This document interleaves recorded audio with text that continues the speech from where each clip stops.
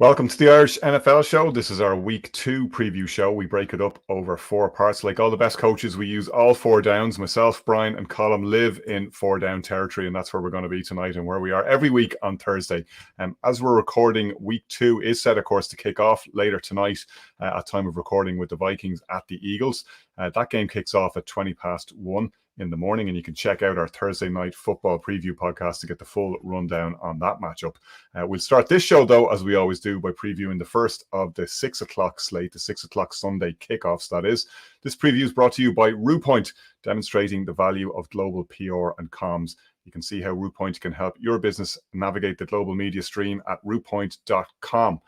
On then to game 1, which is Ravens at Bengals at 6 o'clock. Brian, Bengals looking for their first win of the season. Unexpected reverse, not necessarily unexpected if you follow divisional form. Of course, we should point out where the Browns have kind of owned that one, but really fell flat offensively, looking to bounce back against the Ravens team that didn't exactly light it up, but got the job done in week 1. How do you see this one going?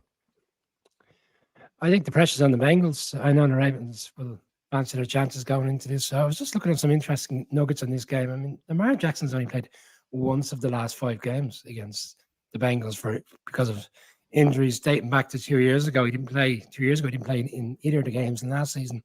Played earlier on in the season. Didn't play the late games in December, and obviously the playoff game. It'd be interesting to see what kind of game plan they put up against them, because let's be fair, they're not used to playing against them. It's been quite some time. It'd be interesting to see how they go against this Ravens offense defensively from a Bengals perspective. I think the key for the Ravens is trying to, I suppose, run the ball effectively throughout the course of the game, which is a big loss in terms of Dobbins is gone. So you're reliant on Gus Edwards. I'm not entirely sure whether that's going to be fruitful throughout the course of the game. But the Bengals, for me, have a real point to prove after last week. I touched on it on the show on Monday in terms of Joe Burrow's 82 yards. I didn't realize it was his worst game of his career. That was something only kind of came to me today when I was looking through the details on this game. And like you got Jamar Chase, you got Higgins, Tyler Boyd, all looking to really, suppose, kickstart their season. It's a tricky one. It's a tough, it's an AFC North weekend, but I'll go Bengals. I think the fact that Marlon Humphrey, cornerback for the Ravens, doesn't look like he's going to play. He didn't play week 1. He looks like he's unlikely to play again. That, to me, gives the advantage with the attacking threat in which the Bengals have. That, to me, is a big loss. I think Jamar Chase might have a good day on Sunday. And I'll go with the Bengals to kickstart their season, which a lot of people felt they would have done last week. Colm, not exactly an offensive explosion under the new OC in Baltimore, and a bit of bad news, of course, with the news that J.K. Dobbins is on IR now for the season. Bad injury suffered by him. Do you see them? Famously, we talk at this time every year, and it's the old cliche: "Oh, the defense is ahead of the offense for the first couple of weeks." That certainly looked like it was the case in Baltimore. You see them being more expansive this week?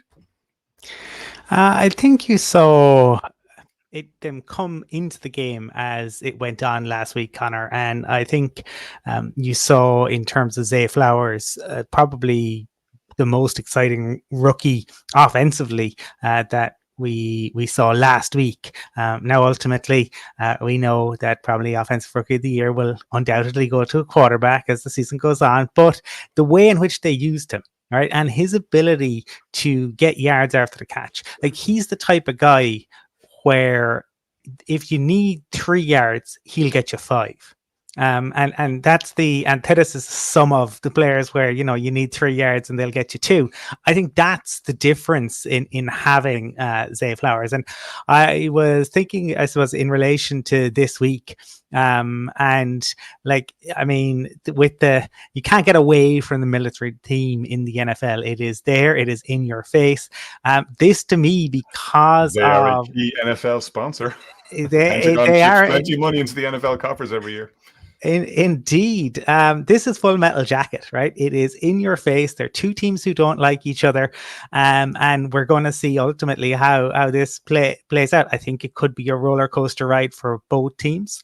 I thought it was really interesting over the past kind of week or so, right? Ryan Clark talked about, he had interviewed Burrow a number of years ago, and Burrow talked about coming back and that it takes him time to, you know, find his feet. My worry is that maybe the injury, and this is a tendency in the NFL, right? The injuries can be more serious a lot of the time than teams let on. And so that really would be a concern that I have. But I look at it and I say that the Bengals should bounce back, given what where they're at. But even though I have tipped them to make the Super Bowl, I'm going to say it takes another week because I don't think Joe Burrow is back where he needs to be just yet. They started slow last year. They started slow this year. I have a feeling that continues even with the Ravens missing some key players, as Brian has pointed out. They're missing a safety as well. But I just think that with Lamar there, the Ravens get the upset. I imagine, Brian, it might. I know nothing about the odds on this, but I imagine it would be an upset for the Ravens to win this. Yeah, Colin, I know you love spreads, so I'll spread the butter for you this evening with your yellow top. It's -3.5 points. So the bookies expect a Bengals 4-point plus victory. So it is quite tight, in fairness. So it wouldn't be against the Rams a possibility. Is that fair to say, Connor, yeah? Well, I'm going to go ATS here. I'm backing the Ravens as well. Again, for some of the reasons you've outlined, Colin, Bengals are slow starters. I have picked them to win the Super Bowl. I'm not backing away from that. I think we will see them hit their straps. I don't think it's going to be this week, though. You wouldn't have chosen, if you were setting the schedule for yourself, to come out of the gate with two divisional games like this. Play the Browns, who've kind of had your number, and then back that up against the Ravens, newly invigorated, new OC, Lamar back in harness. Yeah, I think it's going to be maybe another week of misery for the Bengals before we see them start to hit their stride. Which brings us, speaking of hitting stride, to the Bears at the Bucs. From a Bears perspective, very disappointing outing in week one, and a pretty horrid week for them in terms of the focus on Chase Claypool in particular and his perceived lack of effort that's been doing the rounds on Bears social media. They would look to the Bucs as a bounce back game, but the Buccaneers, Colin, will be coming into this one going, we knocked off the Vikings in week one. We're nobody's patsies. Yeah, when I was thinking about this one, Connor, ultimately, yeah, I think the Bucs will be thinking that, and then I thought about how noisy certain Bears fans have been in the off season. You, present company excluded, I think you were very reasonable when it came to the Bears, but not everyone was, and that then made me think. Ultimately, this is all quiet on the Western Front because neither of these teams are going to be in the running when we get to the dance ultimately in January. For the Bears, look, last week was a bad week and a bad week for Justin Fields as well. He needs to do a lot more to make his case that he is the franchise guy. For the Bucs, I feel last week showed that they still have a lot of really good defensive pieces and they were able to exploit Minnesota, and we know that the Vikings can Vike. I feel the Bears are still going to struggle to move the ball really effectively against a Bucs defense, and for that reason, I have your Bears at 0-2 coming out of this one. Brian, do you see any reason for optimism from a Chicago perspective, or is it going to be Bucs going to 2-0? Of course, is the corollary of what Colum's just predicted there, which is a better start than perhaps a lot of people would have predicted if that does manifest itself. Yeah, certainly not the start a lot of people would have saw with this Bucs team. Certainly not last week. But no, I do have optimism for the Bears this weekend. I'll give you a few nuggets as to why. They gave up 344 yards last week in passing, albeit I know you got the likes of Justin Jefferson and Jordan Addison, and it's a bit more of an expansive offense in which the Vikings have. And DJ Moore has had a lot of good times against this Bucs secondary. Just come from that division in the NFC South and scored 2 touchdowns last year on them. He put up 186 yards. I appreciate it's a different team, it's a different season, but he's had their number. And I also looked at the blitz count last weekend. 44% of blitz. There was 44% of the plays last weekend by the Bucs defense were all blitz. And actually, surprisingly enough, Justin Fields had a good day on the blitz last week. 9 of 11, 96 yards, and a touchdown. So maybe he is finding his way in the NFL. And just last weekend was one of those games. For me, it's Jalen Johnson against Mike Evans. Mike Evans was targeted 10 times last week. If they can take him out of the game, I think the Bears have a real chance. I am going to go with the Bears. I don't think we should get too carried away with games in week one. Like we touched on the Bengals there. Like we know nobody thought much of the Bucs. All of a sudden they've won. All of a sudden people think they're going to roll on to 2-0. And we've seen in the past teams quickly come back to what we expected in week 2 or week 3. But no, I'm going to go with the Bears. I don't think they'll be able to handle Justin Fields. I think he'll find himself running gadget plays throughout the course of the game, but I think the Bears find a way to get over the line here and win this game. Yeah, look, as you were saying, Colin, I didn't get carried away with thinking that the Bears were going to come roaring back and do a Jacksonville this season. I think the ceiling is 6 games, as I said when we were doing our tiers and putting our teams in the various slots. This would be one of those 6 games for me, though. I think this is a get-right game for Chicago.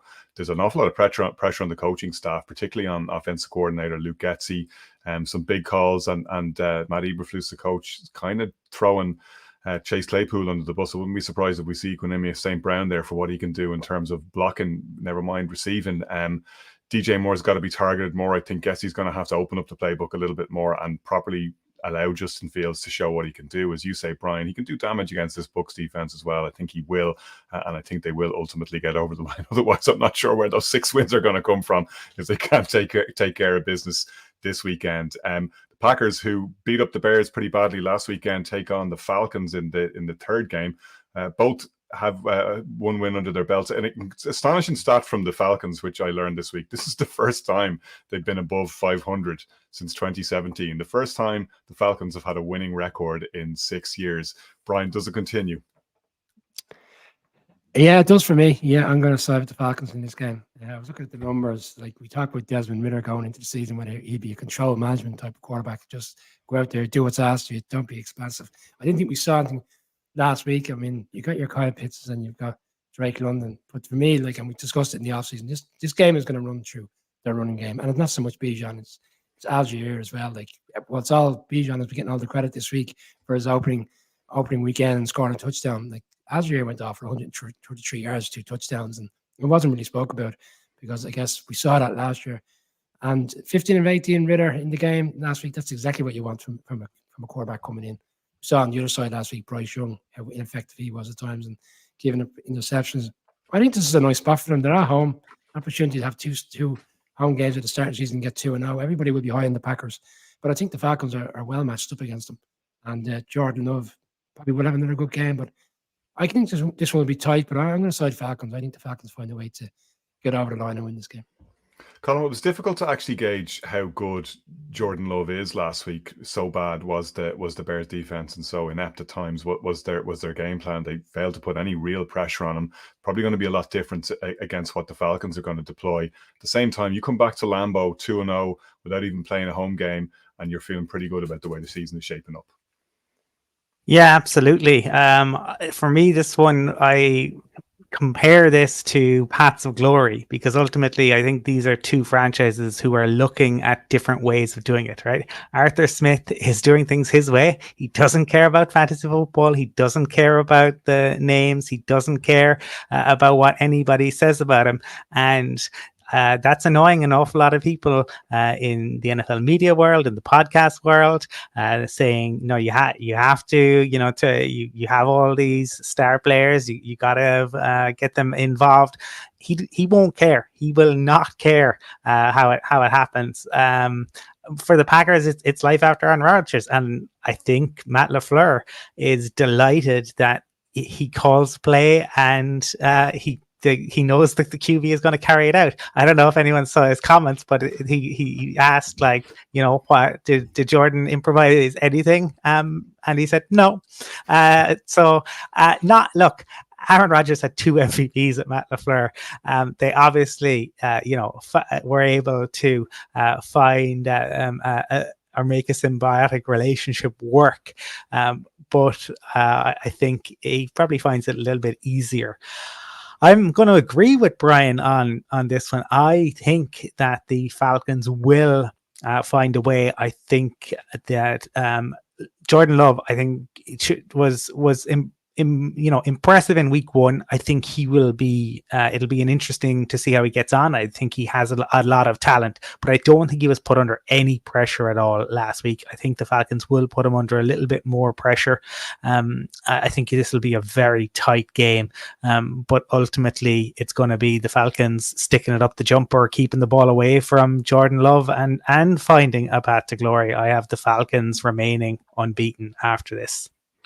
Yeah, I'm going to roll in behind that, I have to say. I kind of went back and forth on this one a little bit, but I think the Falcons know what they're about. I think they're going to be pretty spicy this year. I've been kind of quite positive about them in the offseason in terms of what I think Smith can do offensively. I think they've got a few more tools now. They've gone out in free agency and bulked up that defense. I think, as you say, they're going to make life a lot more difficult for Jordan Love than the Bears did last weekend. And he is going to have growing problems, even though he's been there 4 years. He hasn't had a lot of regular season game time, and teams are going to throw things at him that are going to mix him up.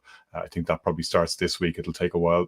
Matt LaFleur's had all season to plan for the Bears game. It's a game plan that and to script that out. And as you say, Jordan Love followed the script to perfection. I think it might be a little bit more difficult. I'm going to say, by the way, for those of us watching on YouTube Live, get your guesses in the chat as to how many war movies Colm is actually going to throw out here, and I'd like to see if people can predict what they're going to be before we get to the various matchups. I'm putting the over under on war movie metaphors at 16.5. I think we're going to see a lot of them on this preview. It's a great team. I'm looking forward to seeing how it rolls out, and where better to go for a Marshall metaphor than Texas, Colm. We've Colts Texans as the final one of our previews for the first segment of our week 2 previews this week. 2 rookie quarterbacks, mixed outings for them last week, but both relatively encouraging starts to their NFL careers. How do you see this one playing out? Yeah, for this one, I call this one casualties of war, Connor, because ultimately the Colts are a casualty of their owner and the Texans are to an extent, but I think both in the right hands. I think you saw last week, actually, the kind of green shoots from both of these head coaches, right? You had, I think, the DeMeco Ryans effect on the Texans defense, like green shoots. I mean, early, right? They're a long way from complete, but I think in comparison to what we've seen, they looked more cohesive. And for the Colts, I thought Anthony Richardson was the best of the young QBs in week 1. Now, there are an awful lot of things he needs to work on, but he took a huge step, right? Because this is a guy who didn't play much in college, but he didn't look overawed. He didn't look out of place. I thought that was huge. I think he will go on to improve as the season goes on, but I just don't think the pieces are around him just yet. The fact that the Texans are at home, it probably comes a little bit too early for the Colts. I'm going to say the Texans get the win in this one. Before we go to Brian, I'm going to disagree on that one. I think I saw enough from the Colts last weekend that I think they're going to take this one. I don't think there's going to be much in it. I don't think the Colts chaos has quite engulfed either the coaching team or the quarterback yet, to your point, Colm. Will you wait to see that happen probably around week 5 or 6 by Jim Irsay's clock? One of the things I liked about Richardson's performance last week was, we were looking out for all the explosive stuff, the showy athleticism, the runs, and we did see some of that. You'd actually probably like to see him looking after himself a little bit more in terms of how he's running. Great to see a guy lower the helmet and put the shoulder down and finish off runs. Not when he's a quarterback. The guy's got to learn to slide, and hopefully he'll add that to his arsenal pretty quickly. But one of the things that impressed me is when he was under duress, a lot of calmness, stepping up into the pocket, not always going for the big ball, was able to make those checkdowns when he needed to. Pretty good decision making on the whole. I was impressed by what I saw, and I think they've enough about them certainly to take care of this Texans team. Would you agree with that, Brian, or are you going the other direction?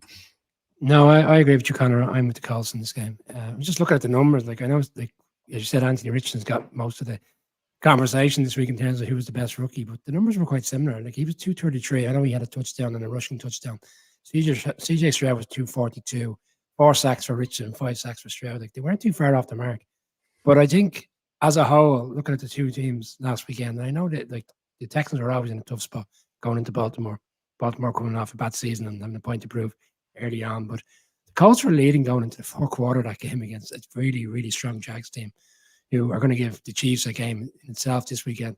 And it didn't play out that way. 31-21 wasn't a true reflection of how close actually the Colts were. I was greatly impressed with him, and I think with Steichen there, I think he would have enough to scheme against this Texans defense under DeMeco Ryans. And yeah, I'm going to side with the Colts. I think the Colts get off the slide and get their first win of the season. It's a nice, in a way, it's a nice game for both because you're going to get a rookie coming out week 2 with a win, and one of these teams gets a little bit of pressure off them immediately.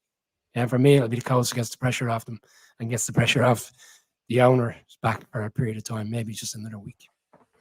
All right, that's where we leave it for the first part of our Week 2 preview, brought to you by Rootpoint, demonstrating the value of global PR and comms. You can find out more at rootpoint.com. For all our podcast listeners, just a reminder, that is part 1 of our Week 2 preview, and you can check out the other 3 parts where we cover the remaining games wherever you get your podcasts.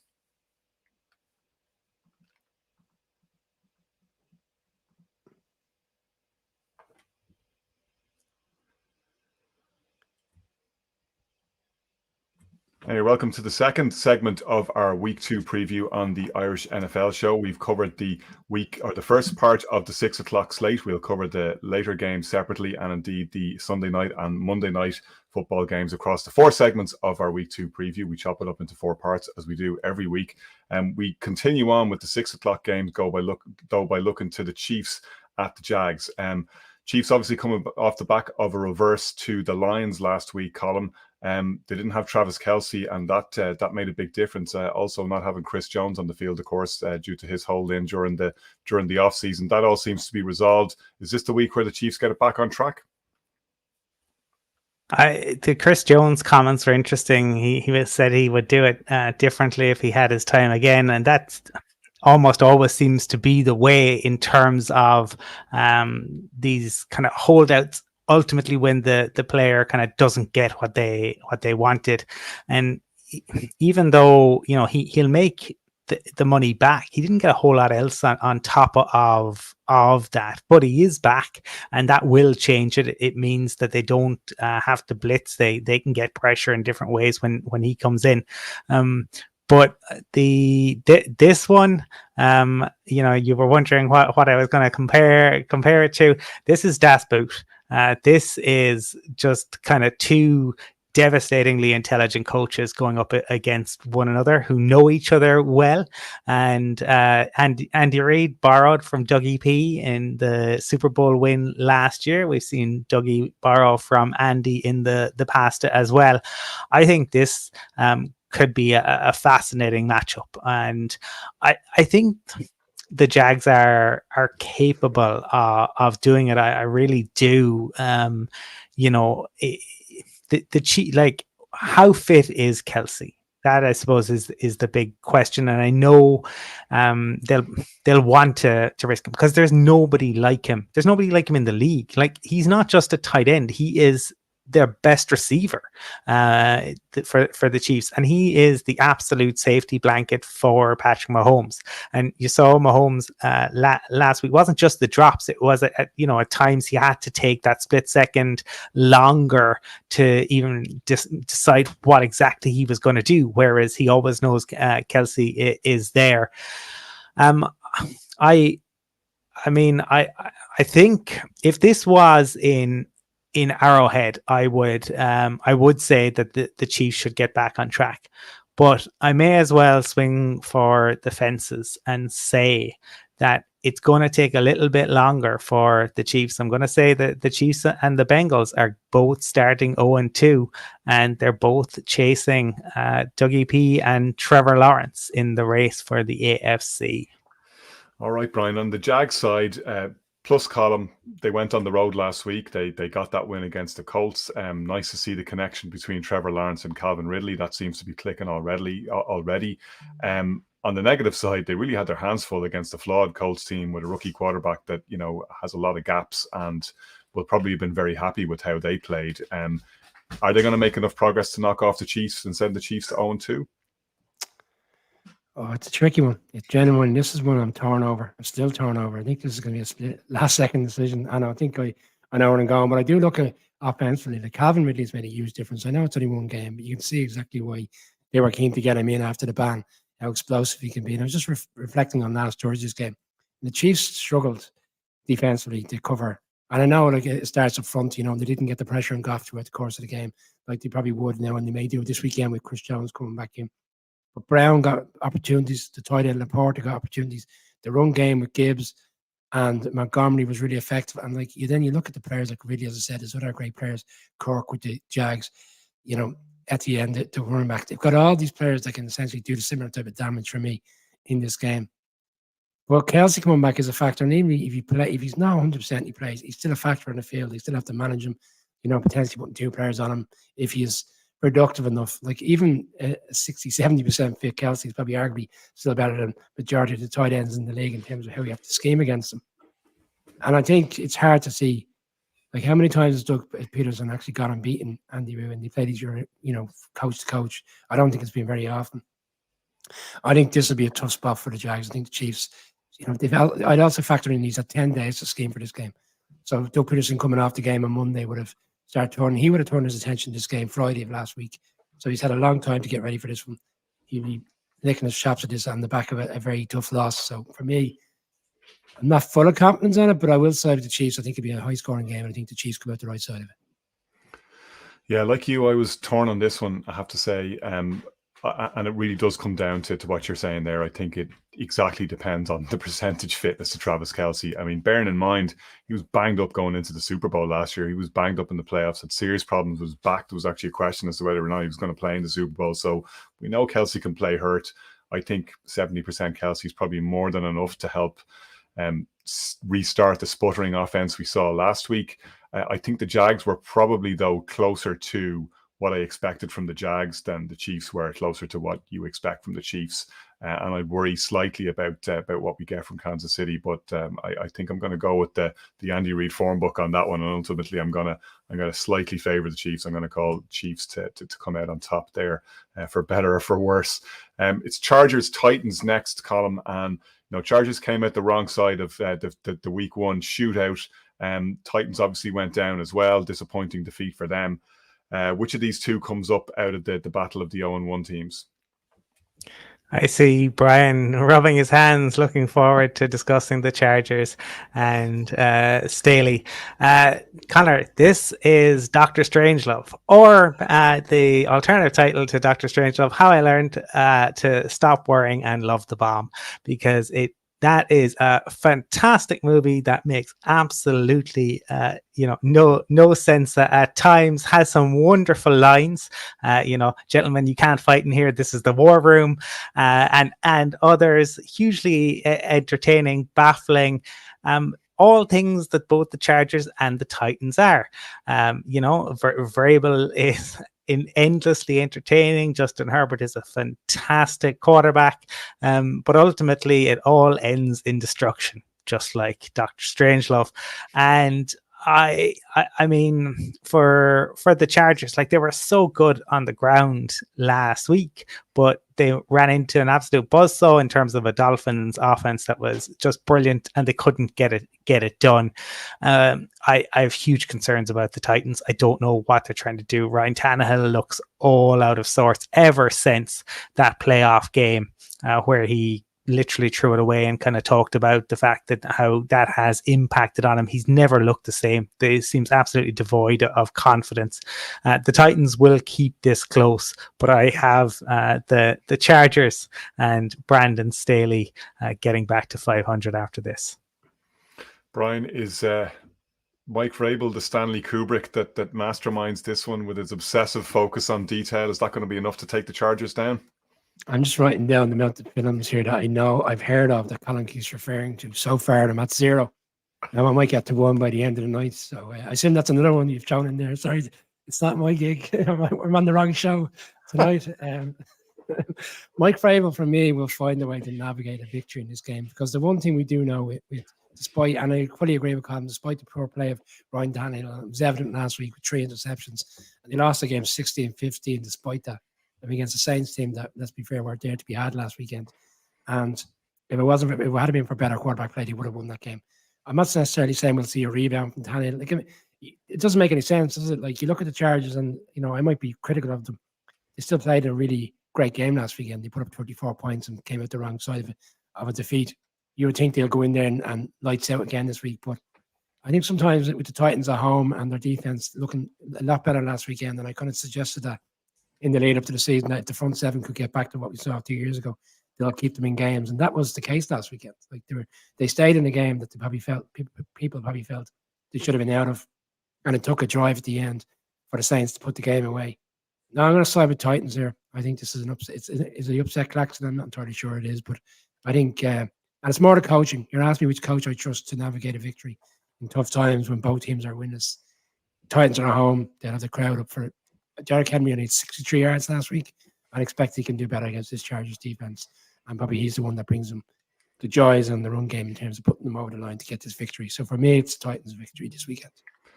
Yeah, I'd agree with that up to a point. I think in this one, all the talent is on one side of the equation. I think all the brains and all the coaching skill is on the other side. I know you can say sometimes plays win games, sometimes players win games. I think Chargers were just about outgunned last week, but by a team that had even more talent, in my view, than they do. I don't think that's the case with the Titans. That doesn't mean that Vrabel doesn't have a plan. That doesn't mean Vrabel doesn't have them ready to go hard. That doesn't mean that the Titans defense isn't gonna have something up its sleeve to try and contain what we saw from the Chargers last week. I think ultimately, the Chargers will want to take a leaf from Vrabel's mentor Bill Belichick's book and don't beat yourselves, which they kind of did last week, and which is kind of their unofficial mantra as a franchise, unfortunately. But I think they've got just enough to get past the Titans this week. I think it will ultimately they'll find a way to get it done, even though they are on the road. And I did hesitate a little bit over this one. Raiders Bills, Brian, first to you on this one. Bills looking to right the wrongs of Monday Night Football. We talked about the Aaron Rodgers side of the equation, obviously at length from a Bills perspective. Massively disappointing for them. If you were to hand them a situation where Rodgers goes down after 4 snaps, they would fully expect to win that game. Frankly, they'd probably fully expect, given the confidence that they have in their regular season performances over the past 2 years, to be going out and winning in MetLife Stadium one way or the other. That didn't happen. They're under a bit of pressure now. Raiders, on the other hand, came off a week 1 win. Garoppolo does what Garoppolo does, shows you just enough, does one stupid thing. Is that going to be enough to get over the Bills? No, unfortunately not. I think we saw Raiders lay down. Like the Raiders-Broncos game, having looked back at the highlights again, wasn't really a game that you'll put back in your week 1 of games you'll ever want to kind of go back on. The Raiders defense played quite well in the second half. They held the Broncos to 3 points. But for me, that game was more so around the Broncos inept to get over the line, and they found ways to throw a game away that they really should have won. And we've seen Garoppolo last week, as well as he played at times. We saw the traits were still there. When he's under pressure, under duress, he does silly things like that interception in the red zone. And if ever there's a team that needs a point to prove going into the second week of the season, you're right. I mean, the Bills should have won that game last weekend. We all selected them, thinking Aaron Rodgers was going to be fully fit for the entirety of the game, and we still thought the Bills would win. They gave it away. It's a huge disappointment, but I think this is a nice bounce back for them. I mean, with all due respect, it's a great win for the Raiders to get off the slide because everybody has little hope for them this season. But can they go into Buffalo and win? Can they keep it close? Like the line reflection of a betting firm, doesn't see it that way. It's 9.5 points. It's the biggest spread at the weekend. Everybody's expecting the Bills to win by 10 plus. I buy into it. Unless Josh Jacobs can come out and have an even better game, which he had last weekend, and none this team to victory, I don't see it. For me, it's a Bills win all day long. Yeah, same for me. I gotta say, I'm not going to add too much to that. This is what the Bills do. They win these games all day long. Jets have a lot more to offer than the Raiders do, even without Aaron Rodgers. And when the Bills have a point to prove, they generally prove it. I think back to that game a couple of years ago where everybody was questioning Sean McDermott, saying Bill Belichick had his number and he'd psyched him out.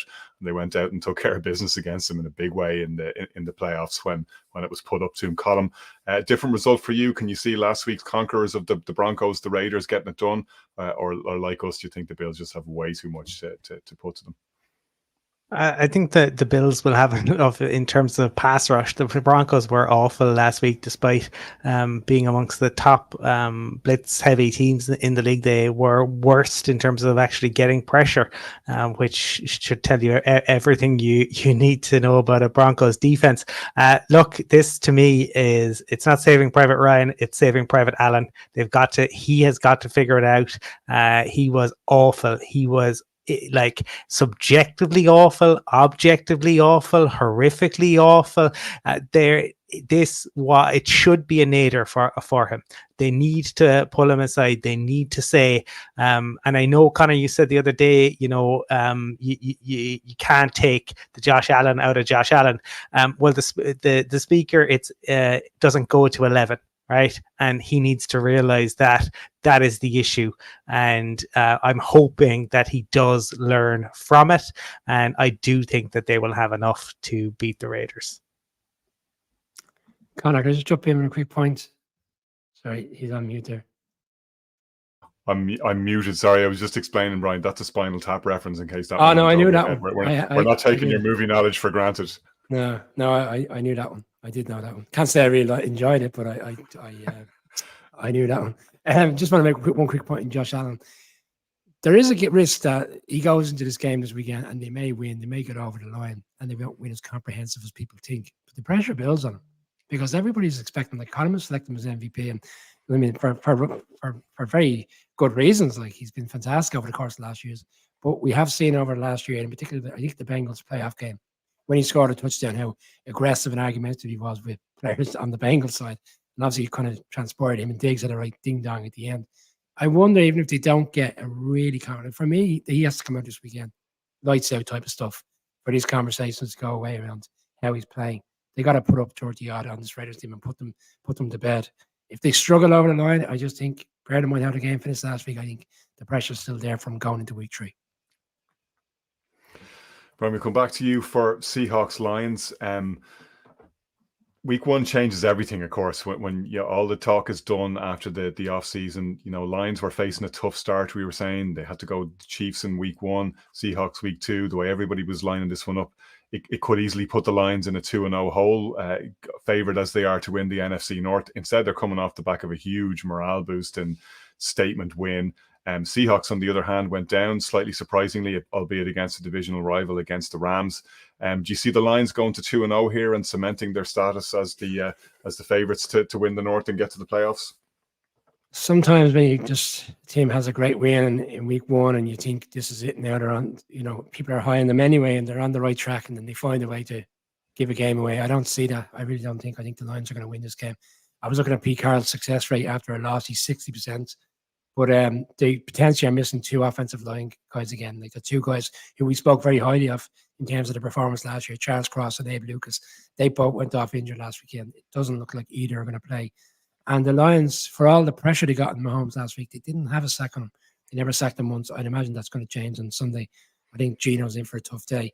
I think we could be talking about the Lions' defense being the winner coming out of this game, as opposed to the offense last week in week 1. They got it done a different way. They win it defensively. For me, it's a Lions victory on Sunday. Colm, the knock on the Seahawks last year as the season went on was people were kind of surprised because they hadn't seen as much of Gino. They hadn't seen Gino play at this level. Once they started getting a beat on him, the Seahawks were finding it much tougher to get wins. With the off-season now gone and people haven't had lots of chance to look at the tape, there's a big difference between going into the season as a surprise package as the Seahawks did last year and going into the season with the burden of expectation and with the burden of defensive coordinators and offensive coordinators around the league pulling apart everything you've done and looking for a way to undermine it. Is it 2-0 for the Lions for you, or did the Seahawks bounce back? I see what you're saying, and I think there's an element a little bit to that kind of, but ultimately this is about the fact that the tackles are out, and the interior of the O-line was a problem last year. And when your tackles are out, that becomes an even bigger problem. So this isn't Black Hawk down, this is Seahawk down. And ultimately, I have my 2 teams that I predicted to go to the Super Bowl starting the season 0-2, because the Lions, I think, will have too much in terms of their pass rush, and they'll have too much in terms of just their ability to score points. It's a long season. I think that the Seahawks will right the ship, but I think when you lose 2 tackles, it makes it incredibly difficult, for Gino.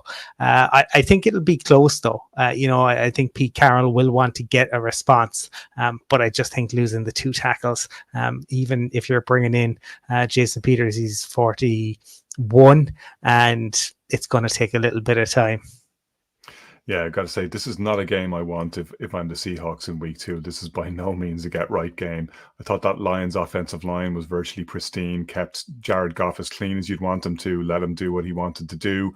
I think defensively they'll have plenty to throw at Gino and that Seahawks offense as well.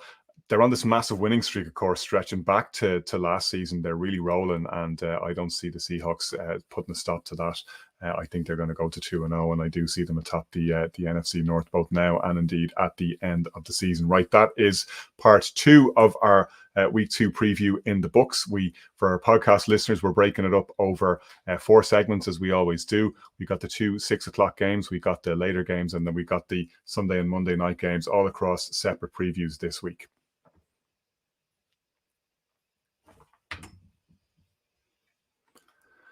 Right, it's part 3 of our week 2 previews. We have the other parts for anyone listening on podcast after the fact. We have it broken up across 4 segments. We have the 6 o'clock games, I should say, broken into 2 segments. We're going to concentrate on the later games now on Sunday night, starting with Brian, Giants at Cardinals. Giants start the season at 0. They start week 2 at 0, still yet to score their first points of the new season, but not the worst place to go and do it in Arizona with everything that's going on or not going on there. 2 teams that haven't scored a touchdown between them this season. For all the play of Cardinals and putting up a tough fight in Washington last weekend, didn't pick up an offensive touchdown. They did score a touchdown defensively. I think this is one that's like we were touching on. What's the nice game you get in week 2 after a bad defeat? But everything that could go wrong for the Giants in week 1. In fact, I'd say last week more went wrong in that game than anything that transpired throughout the course of last season. Giants lost some tough games last year, and even in the blowout defeat to the Eagles in the playoffs, it was very evident that we just weren't at the level. I'm not saying we're at the level of the Cowboys yet, but things spiraled very quickly last weekend, which was a bit of a concern because Brian Daboll has shown when things were against him last year, they quickly found ways to navigate that and get things back on track. Didn't materialise, but he called out a number of times this week that he didn't seem prepared for it. The coaching staff didn't prepare properly, miscommunication, leading to timeouts. Everything that could go wrong went wrong. You just find it very difficult to see that Brian Daboll would have 2 really bad coaching games, and both his defense and his offense quarter would have bad coaching games again. And they're going up against, with all due respect, Joshua Dobbs. I think the Giants defense last weekend it sounds like they didn't play very well, but they didn't have a difficult game because they did hold Prescott in check for large parts as well. But I think the Giants are in a good position to rebound. I think we get away from last week's game. These things happen week 1, we move on. It still stings. It stings for every Giants fan this week to get beat by the Cowboys in the manner in which they did. But the Cardinals are there for a reason in terms of why people think they're tanking. I think the Giants win on Sunday. Yeah, I think so too. If you are who the Giants are and who we think they are, and you have the ambition that they have, and you want to build on last season, then you just got to go and take care of business on this one. Colm, for you, Giants heading to the desert to find themselves. Did they come back having rediscovered what they showed us last year, or does this show up sophomore season blues for Brian Daboll? Well, I love Mr. O'Leary channeling Bill Belichick. We're on to Cleveland. Oh, we're on from week 1. Connor, I don't know if you've seen it. I wonder if Brian O'Leary has a great movie, very underrated, called A Very Long Engagement, all about a woman's kind of search for her fiance who goes missing during the Battle of the Somme. I have a very long engagement for both of these teams because ultimately the Cardinals are waiting. We know that that they intend to draft a QB in next year's draft, and I have made my feelings on Daniel Jones quite clear. But that said, the Giants should get the win here, and if they don't, then they would be kind of like real questions as to what went on during the off season. But the Cardinals are they were feistier than we anticipated. But look, the Giants have really nice pieces on defense, and offensively they should have enough to do this. I have to say, unfortunately, I haven't seen a very long engagement yet. You have me there. I've seen every other one that you've dropped of the war film metaphors or war film comparisons so far this week. That's the first one. It's a miss for me. He's saying very long engagement. It's a very long trip because the Giants aren't returning to the East Coast for quite some time because they play in Santa Clara on Thursday night. So they're navigating a trip out West Coast and staying out there and then moving on to Santa Clara. So that's why they have to win this game, because Colm was saying if they don't win and they go 0-2, well, they've got the Niners home opener on Thursday night. Let's be fair, we all know how that's going to play out. Yeah, that's no fun. It's to the Niners we go next. They're on the road. Of course, they're not in Santa Clara this weekend. They're playing the Rams. It's a divisional game. 49ers came out of the blocks flying last week and put a beat down on the Pittsburgh Steelers. Rams surprised a lot of people. Got a great performance from a rookie wide receiver and Puka Nacua on the way to a victory in week one. I can't see an outcome other than the 49ers winning, Brian, unless you tell me something different. The Niners have beaten the Rams 8 times in a row regular season. There's one exception to that. Obviously, that's that playoff defeat in the championship game a couple of years ago. But Shanahan has had McVay's number for quite some time. Me and Colin, been fortunate. We've been to SoFi, but we've seen how fantastic the stadium is. It's great to go to. It's a great experience. But ultimately, they don't have any fans. That sounds a bit terrible, but that's the biggest difficulty that the Rams and Chargers are dealing with. They can't entice people to come in, committed week in, week out. We see time and time again, teams are going in there, and the home team are playing with a siding count. And McVay referred to that in terms of last year's games and the previous season. This place is going to be packed out with 49ers fans on Sunday. This is like a home game before the real home game on Thursday night. And they're even going to wear their red jersey. They've even been allowed to wear their home jersey in this game as opposed to their road jersey. I can't see anything than another comprehensive 49ers win. And if it does happen and they comprehensively win on Wednesday, we're going to find ourselves in similar positions to last year where we're talking about teams definitely going to the Super Bowl. And maybe that doesn't obviously materialize, but this 49ers team are for real.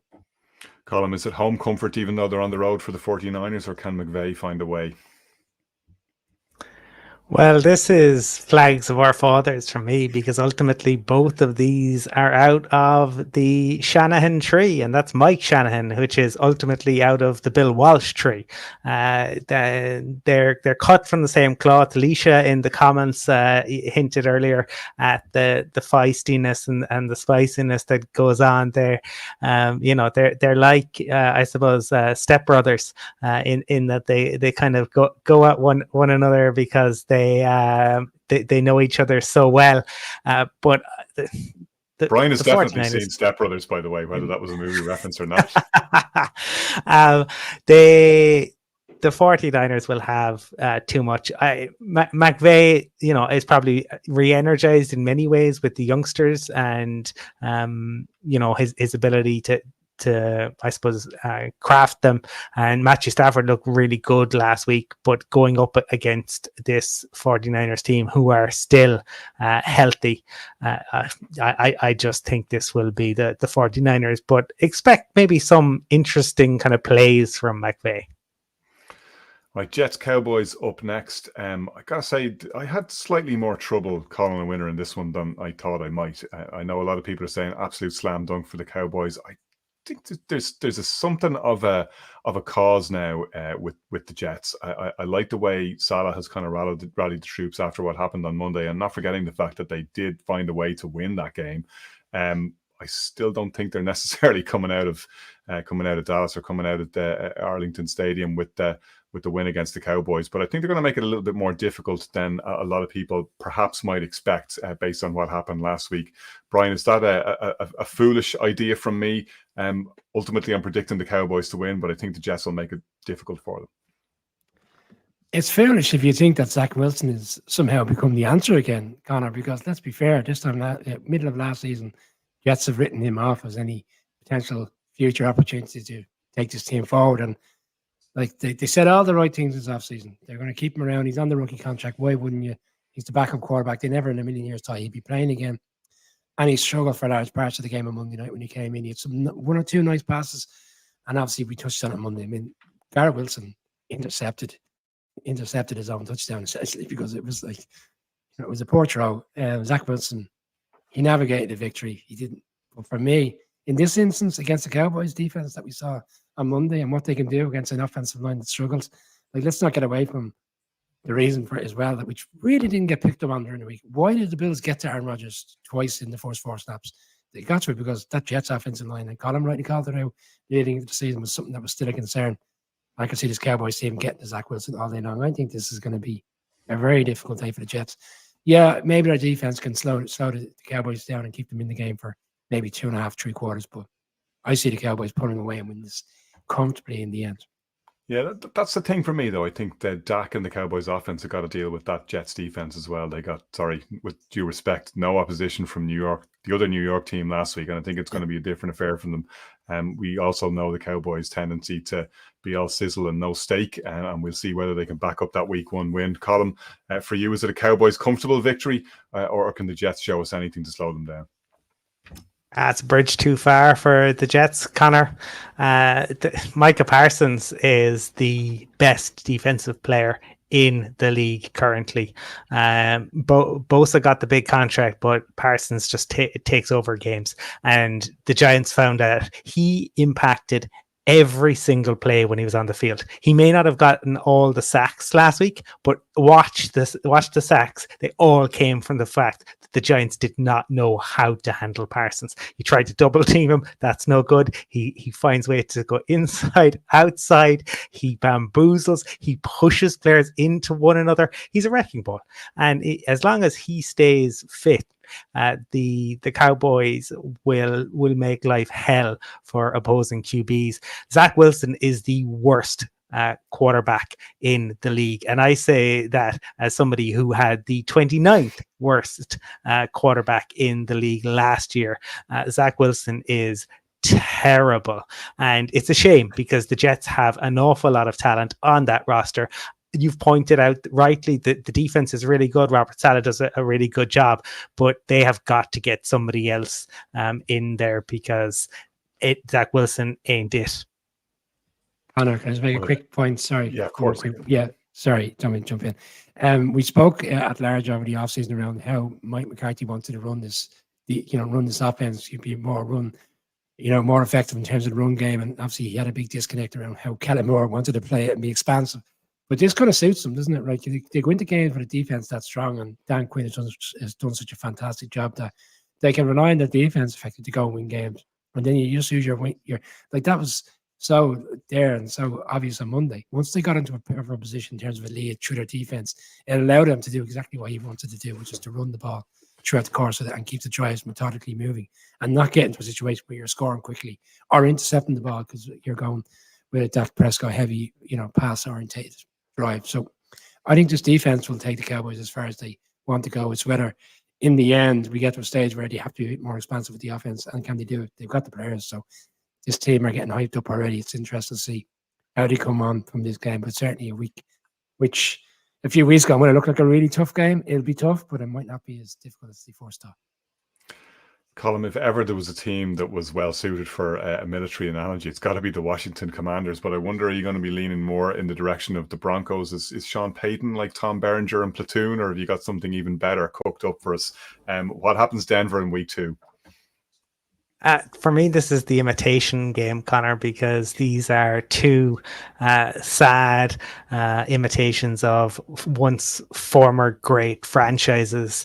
And I think I talked last week. I said there was pressure on Sean Payton. He put a target on his back. You started off, you got the chance to change the narrative going up against a Raiders team who you hadn't beaten in more than 1,000 days. But ultimately, you scored 16 points, and your defense couldn't get any pressure. There was no explosive plays. All that said, I think that the Broncos have to win this week because Sean Payton said he was going to be annoyed if the Broncos didn't make the playoffs. I didn't have them making the playoffs, but if they lose this, they are 0-2, having played 2 home games in September, which is traditionally when the Broncos are strongest at home in September. They have to win. I have them edging it. But if you are not a fan of either of these teams, I don't think this is going to be a classic. This might be one to avoid.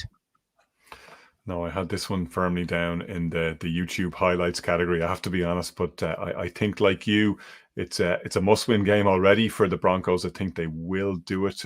Brian, what do you reckon? I think in a strange way, it's a must-win because week 3 for them is going into Miami, and it's September when the weather will still be quite vibrant and nice in Miami. We see the difficulty which teams have when they go out there. Fangio will obviously have a point to prove, defensive coordinator from his time in Denver.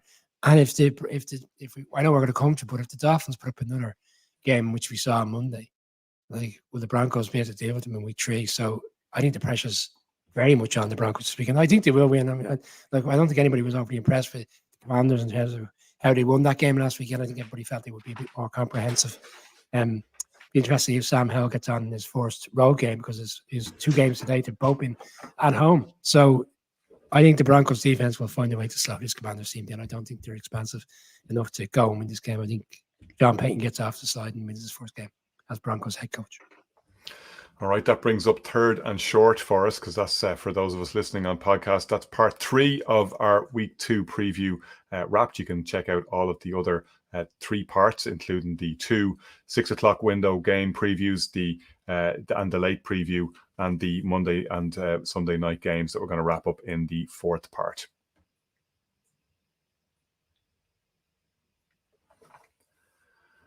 When you're with the Irish NFL show, this is our week 2 preview. We're on to the 4th slate of games now. We've broken up the previews into 4 different parts. And we're going now to the Sunday night games, where we have Dolphins at Pats, an intriguing AFC East matchup column, where you've got a Pats team that showed up a little better than a lot of people had expected against the Eagles last week, gave the Eagles a lot of difficulty, got everything that we would certainly think about from a defensive perspective from the Pats. When Belichick has time to scheme, he can slow down any offense. We all know that. And boy, is he going to have to be at his very best to slow down the Dolphins based on what we saw last week. Bill Belichick, Mike McDaniel, Vic Fangio. It's apocalypse now, because the Dolphins are venturing into the heart of darkness. And I think this should be an absolutely fascinating game. You have many Machiavellian geniuses involved in both franchises. Fascinated to see again what the Dolphins bring out. Right, last week they were just fantastic. They were so much fun to watch, and I have no doubt that Bill Belichick will look to slow them, and he probably will slow them to an extent. I just don't know if you can slow them enough. I think the fact, again, like the 49ers, they're healthy. I do worry a little bit about the line. I think that the Patriots will be able to get more pressure, but I think that the Dolphins have enough weapons in order to get it done. But the Patriots are much improved on last year, and Bill O'Brien showed both, I suppose, the folly of Bill Belichick last year. They looked like a competent offense. I think this could be one of the games of the weekend, but I have the Dolphins edging it. Yeah, the Dolphins, I have to say, killed me last week. I know when we did our very late previews and we did our squeaky bum time and we looked at whether you'd stick or twist based on the picks that we had, I took the Dolphins out of that wildcard slot. I thought ultimately, no, the AFC East isn't going to send 3 teams to the playoffs, and the Dolphins to me were the ones that were over the trapdoor, so I ended up backing out of that pick. And yet in week 1 they showed themselves to be everything that I'd originally hoped that you would see for them. Having said that, I think it's early season, and you think when the Dolphins are healthy, when the weather is good, when everything is going for them, and you see the very, very best of what they can do, you're going to see the kind of thing that you saw in week 1. I don't think that's sustainable. I don't think you're going to see it every single week. I certainly don't think you're going to see it against the defenses that can be a little bit more exotic and maybe do a little bit more than we saw the Eagles in week 1. Eagles have all that talent, but there is some softness there as well, which can be exploited. I think with the Dolphins against the Pats, I think we're going to see us. We're not going to see 466 yards from Tua again. I just don't think that happens against this New England team, and I don't think it happens in New England. But I still think, like you, Colin, that ultimately they'll come out the right side of this one. I think it's a Miami win for me. Brian, how do you see it? Yeah, it's a full house, guys. I'm going on the Dolphins. I was annoyed with myself that I got away from them. I was recalling our June selections, and I said on that particular show that I felt they'd be 2-0 after these 2 games. So I think that's going to come to pass this weekend. I was looking at, like, a lot of people were going to be disappointed in some ways with Mac Jones last weekend, but he got a lot more time than he would have got last year, and people are kind of quietly impressed with the 2 rookie guards that play for the Patriots.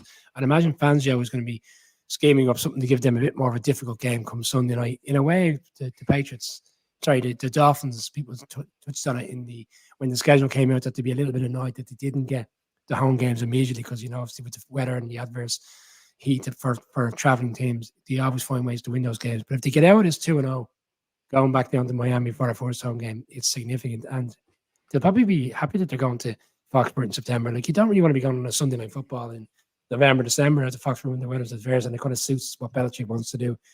I think it'll be a tight enough affair because it's a divisional game, but I think there's just too many weapons for me on this Dolphins offense now, and they should get over the line and find a way to beat the Patriots. I think it might see something similar. I think the Patriots find a way to stay in the game and do what Belichick does, but for me, it's Dolphins win.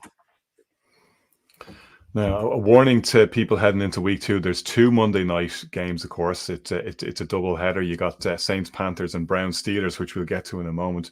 Firstly, though, how is Saints, Panthers a primetime Monday night game? It's a terrible bit of scheduling. Not one of the games, I have to confess, that I'm really particularly looking forward to this weekend. To me, it looks like Saints all day long. I think the Derek Carr experiment so far has been a success. It's been everything that Brian said it would be. Brian, are you going to keep rolling with your Saints, who you have backed all the way to the NFC Championship game? If that's where you're heading, you're certainly rolling over the Panthers to get there. Yeah, anybody who's taken time to watch Inside the NFL this week would have saw some of the footage and coverage of Derek Carr in terms of that last particular play when he was going to the offense coordinator and said, "Let me go deep and I'll kill this game off." And essentially that's what he did. But he didn't have the best of games, with all due respect. He was up and down last weekend. I thought he would have been a little bit more comprehensive, but I have picked him to go to the championship game, and I feel a little bit more comfortable because Boomer Esiason, who I like to listen to every day on New York Sports Radio, has also selected him to go all the way to the championship game. So I can't be too far off it. People, the likes of him, are selecting them as well. But in this game, I am going to Saints. Colin rightly called it out. You had 3 rookies last weekend. The most concerning one was Bryce Young and some of the throws he made that he just didn't, read the play. And obviously Jesse Bates was there to take away the interceptions. Saints defense, they played quite well last weekend. 3 picks. I could see them picking off Bryce Young in this game a couple of times. It's a steep learning curve for him early on in the season. 2 divisional games. But unfortunately for the Panthers, I think they're going to come out both games with defeat. So I have the Saints winning this. And then it's 12:15 kickoff on Monday night, Connor. So, we might be able to keep the eyes open and get a little bit of that game before bedtime. Yeah, I think it'd be a nice way to send me off to sleep personally. Is it Panthers in the hurt locker for you, Colin, or do you see any way out? Well, I would agree with you in terms of the scheduling. This is Gettysburg. This is the war of attrition. But the Saints kind of got out of jail thanks to the refs last week, and he made, I suppose, some, like Carr made one or 2 nice throws, but there are others where he really left too much meat on the bone. But Brian has talked about it. I mentioned it about Bryce Young is a concern. I just don't think the Panthers have the weapons. I don't imagine this will be a classic. I'm going to go with the Saints, but for anyone listening, watching, if we have gone the full sweep against your team, be delighted, because once again last week that proved to be the curse for so many of the teams. So Panthers fans, stay up on Monday night because your team will probably win, because we have said they won't. Colin, if you're staying up on Monday night, you will stay up, of course, for the main game, and it's a proper main name on Monday night, a divisional clash between the Browns and the Steelers. Interestingly, that, of course, is the reverse fixture of the one that's coming up for the NFL Watch Party, the first ever NFL Watch Party in Ireland, where the Steelers are hosting in Croke Park against the Browns in the return fixture there. Browns in week 1, Colin, were as good as they would have expected to be, certainly on the defensive side of the ball. We can still see a lot more, obviously, from Deshaun Watson, but Myles Garrett really looks to be having an awful lot of fun out there. When Myles Garrett is having fun, you don't want to be on the other side of it. That's an intimidating set of eyes for Kenny Pickett to be staring down heading into this game. For me, and I know I was pretty high in the Steelers in the offseason, I struggle to see them coming out of this home game with a win. I have to say, I think the Browns could be heading to 2-0. How do you see it? This is Braveheart for me, essentially, where you're just the oncoming tsunami, and you're hoping your QB can hang tough in the pocket. The Browns, Brian was absolutely spot on in terms of his preview of the Browns. Their defense was fantastic last week, and absolute nightmares for the Bengals. The Steelers are missing Cam Hayward. They're missing Deontay Johnson. They're at home. Mike Tomlin, won't want a similar type of performance. I expect a response, but I struggle to see them scoring enough points. I don't think the Browns will have it as easy as they had it last week, and the Steelers will be able to move the ball better than the Bengals. But a few weeks ago, I'd have said the Steelers. Not now. I think the Browns are going to 2-0, and the Steelers are falling to 0-2. Brian, the beauty of having divisional round games or divisional games early is that it really sets up the first part of the season nicely. I suppose the curse is you get a lot of the tasty matchups out of the way before we really see what way the teams are actually settling, and you're kind of robbed of the glory of seeing these bitter rivals go up against each other with something meaningful on the line when they're actually genuinely trying to win to seal their way into the playoffs, or to knock a hated rival out of that slot. But at the same time, the Browns won't care a little bit about that if they've got 2 divisional wins in their pocket come week 3. And that seems to be the way it's heading, unless you're going to tell us otherwise. I think it'd be huge. I think it'd be significant to get out first 2 games, but no one, with all due respect, would have fancied you to win either game, and you get out over 2-0 in two divisional wins. It only, for me, kind of puts this team to where I expect them to be, which is to be in the playoffs, because they can only improve from there.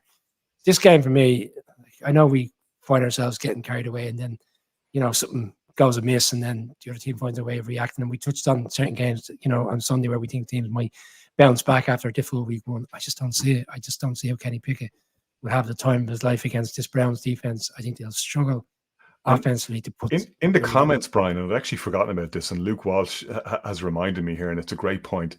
Teams play the 49ers, and the pattern is over the last couple of years they lose the following week because they get beaten up so badly. Yeah, well, this is the thing. You put so much into week 1. You focus so much on week 1. You find your way getting yourself a win, or you go 100% and come out the wrong side of it, and then you have time to prepare.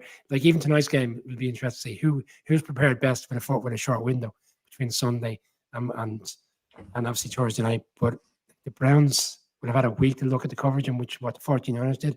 Like I called it out, and Columns touched on there. Like I always thought this Browns defense would be one of the marquee defenses this year, and it could lead them on the way. I see Browns winning. To me, I think this is going to be similar to what we saw last Sunday. I think they'll shut them down, and they'll just allow the Browns to methodically have a couple of drives, score some touchdowns, and let their defense take care of business.